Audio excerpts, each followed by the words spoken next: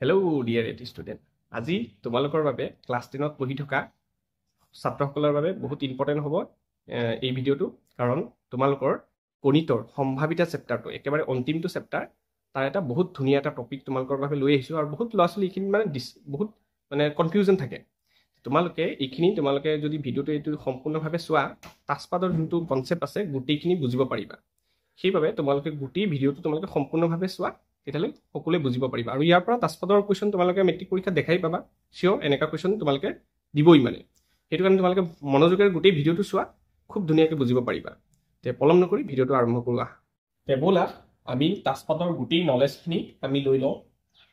তাছপাদ চোৱা, তাছপাদ আচলতে আমাৰ সকলোৱে এটা ভুল সিদ্ধান্ত লৈ লৈছে যে তাছপাদ যোনটো আমি যদি পঢ়ি আছো, আমাৰ কোনোবাই যদি শুনি পায় তেতিয়াহ'লে বেয়া বুলি ভাবে, কিন্তু তাছপাদৰ অংক তোমালোকৰ বাবে বহুত ইম্পৰ্টেণ্ট। সেইকাৰণে তোমালোকে তাছপাদৰ গোটেই নলেজটো গম পালেহে তোমালোকে অংকখিনি কৰিব পাৰিবা।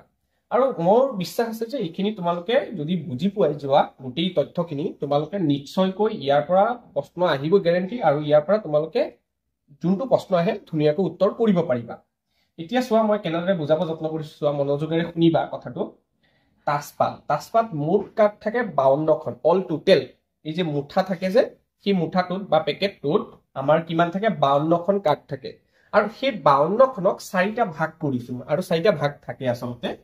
চ' ভাগকেইটা কি কি? ইস্কাপন, চিৰতন, হৰতন আৰু ৰোহিতন। ঠিক আছে। আৰু ইস্কাপনটো সাধাৰণতে কলা ৰঙৰ থাকে, সেইকাৰণে মই কলা পেনেৰে মই ধুনীয়াকৈ গোটেই তাৰ যোনটো সাম্ৰাজ্য আছে গোটেইটো লিখিছো মই। ঠিক তেনেদৰে চিৰতনো কলা ৰঙৰ থাকে, সেইকাৰণে মই ইস্কাপন আৰু চিৰতন যিহেতু কলা ৰঙৰ থাকে, সেইবাবে মই কলা ৰঙেৰে তোমালোকক বুজাবলৈ যত্ন কৰিছো। মনত ৰাখিবা যে ইস্কাপন কলা ৰঙৰ আৰু চিৰতনো কলা ৰঙৰ। ঠিক আছে। নেক্সট হৰতন ৰঙা ৰঙৰ থাকে, সেইবাবে মই হৰতনটো ৰঙা পেনেৰে তোমালোকক বুজাবলৈ যত্ন কৰিছো। আৰু ৰোহিতনটো ৰঙা ৰঙৰে থাকে। তে আমি গম পাই গৈছো যে মুঠ কাৰ্ডৰ আমাৰ 52খনৰ ভিতৰত 2টা ভাগ থাকে কলা ৰঙৰ আৰু 2টা ভাগ থাকে আমাৰ ৰঙা ৰঙৰ। ঠিক আছে, বুজি পাইছা এইখিনি বস্তু? এতিয়া ইস্কাপনৰ অল টোটেল আমাৰ ইয়াতে 13 ভাগ আছে। চেম চিৰতনতো 13 ভাগ, হৰতনতো 13 ভাগ, আকৌ ৰোহিতনতো আমাৰ 13 ভাগেই আছে। মানে এই 13 ইনটু যদি মই 4 কৰি দিওঁ, কাৰণ 4 ভাগ আছে, 13 ইনটু 4 কৰিলে আমি অল টোটেল কি পাই যাম? 52। মানে অল টোটেল আমি 52খন কাৰ্ড আছে যিহেতু, চ' 13 পূৰণ 4 কৰিছো, মই 52 পাই গলো। কথাটো বুজি পাইছা? এতিয়া এই ইস্কাপনৰ, চিৰতনৰ, হৰতনৰ, ৰোহিতনৰ গোটেইকেইটা আমি ডিটেইলছত জানিব লাগিব। যেনেকৈ ইস্কাপনৰ কি কি কাৰ্ড থাকে? ৰজা থাকিব, ৰাণী থাকিব, গোলাম থাকিব। আৰু এই ৰজা, ৰাণী, গোলামক আমি FC বুলি কওঁ। FC মানে FC মানে হৈছে ফেচ কাৰ্ড। ফেচ কাৰ্ড মানে হৈছে মুখ কাৰ্ড। ইম্পৰ্টেণ্ট বস্তু কিন্তু দেই, ইয়াৰ পৰা প্ৰশ্ন সুধিবই যে মুখ কাৰ্ডৰ সম্ভাৱিতা, এনেকা তোমালোকৰ প্ৰশ্ন আহিব পাৰে। চ' তোমালোকে মনত ৰাখিবা যে মুখ কাৰ্ড কোনটো কোনটো? ৰজা, ৰাণী, গোলাম। ঠিক আছে। ঠিক তেনেদৰে চিৰতনতো ৰজা, ৰাণী, গোলাম থাকিব, মুখ কাৰ্ড সেইকেইটা। হৰতনতো ৰজা, ৰাণী, গোলাম থাকিব, আৰু ৰোহিতনতো ৰজা, ৰাণী, গোলাম থাকিব। ঠিক আছে। এতিয়া তোমালোকক যদি মই প্ৰশ্ন কৰো, তোমালোকে কমেণ্টত জনাবাচোন বাৰু যে গোটেই 52খন কাৰ্ডৰ ভিতৰত মুখ কাৰ্ড কেইখন থাকে অল টোটেল? আমি গোটেই মুখ কাৰ্ডৰ কথা কৈছো, আমিতো কোৱা নাই নহয় ইস্কাপনৰ মুখ কাৰ্ড বা চিৰতনৰ মুখ কাৰ্ড বুলিতো কোৱা নাই নহয়। আমি কৈছো মুখ কাৰ্ড কিমানখন থাকে। মুখ কাৰ্ড কিমানখন থাকিব? ইয়াতে 3খন, ইয়াতে 3খন, ইয়াতে 3খন, ইয়াতে 3খন, অল টোটেল কেইখন?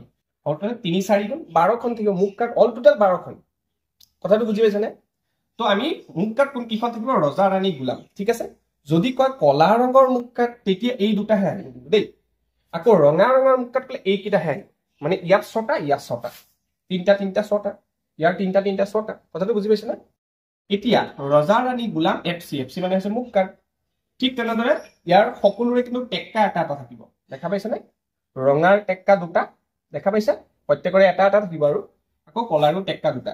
ঠিক আছে। এইবিলাক কথা মনোযোগ দি পেলাই শুনিবা যে টেক্কা কেইটা থাকে। অল টোটেল টেক্কা কেইটা থাকে? টেক্কা 4টা, কিন্তু কলা ৰঙৰ টেক্কা 2টা, ৰঙা ৰঙৰ 2টা, আকৌ প্ৰত্যেকৰে টেক্কা এটা এটা কিন্তু দেই, মনোযোগ দিবা। আকৌ এইবিলাক নাম্বাৰ, এইবিলাক নৰ্মেল কাৰ্ড, আৰু 2, 3, 4, 5, 6, 7, 8, 9, 10 লৈকে থাকে। তোমালোকে হিচাপ কৰি চাব পাৰা, প্ৰত্যেকৰে 13খন কাৰ্ড আছে। কথাটো বুজি পাইছে নে?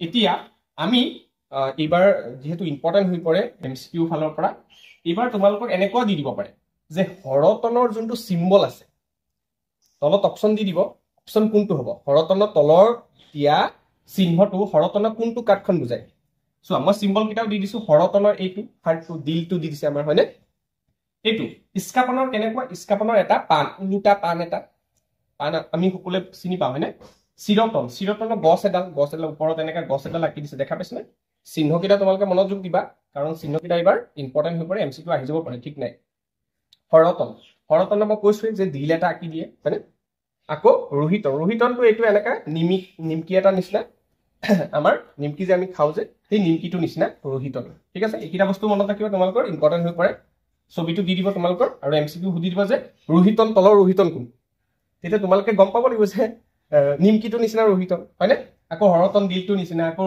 চিৰতন গছটো নিচিনা হয়নে আকৌ ইস্কাপন এডাল পান আছে এটা পান আছে ইয়াতে হয়নে নাই সো এই গোটেইখিনি এনেকাকে তোমালোকে বহুত ইজি হৈ যায় চোৱা মই বহুত ধুনীয়াকৈ বুজাব যত্ন কৰিলো আৰু কিবা ৰৈ গ'ল নেকি আৰু এইটোতো ৰৈ যোৱা নাই প্ৰশ্ন কেনেদৰে আহিব মই তোমালোকক প্ৰশ্ন দি দিম দুটামান তো কেনেকুৱা প্ৰশ্ন আহিব পাৰে সো গোটেইখিনি মই আকৌ এবাৰ ৰিকল কৰাই দিছো চোৱা যে মুখ কাট প্ৰত্যেকৰে তিনটা থাকে ৰঙা ৰঙৰ মুখ কাট ইয়াত তিনটা তে অল টোটেল 6টা আকৌ কলা ৰঙৰ মুখ কাট ইয়াত তিনটা 6টা টোটেল মুখ কাট কেইটা 12টা 3 4 গুণ 12টা হয়নে আকৌ ৰজা ৰাণী গোলাম প্ৰত্যেকৰে ৰজা এটা থাকিব বুজি পাইছানে ৰাণী এজনী থাকিব গোলাম এটা থাকিব হয়নে টেক্কা প্ৰত্যেকৰে এটা থাকিব আৰু নৰ্মেল কাট এইকেইটা বুজি পাইছানে সো নৰ্মেল কাটৰ কথা নুখুদে আৰু তোমালোকৰ এইকেইটা থাকিব এইকেইটা ৰজা ৰাণী গোলাম আৰু টেক্কা এই চাৰিটাৰ কথা সুধিব কিন্তু বহুতে এটা ভুল কৰি এই টেক্কাটো ফেচ কাট বুলি ভাবে মুখ কাট বুলি ভাবে কিন্তু এইটো ভুল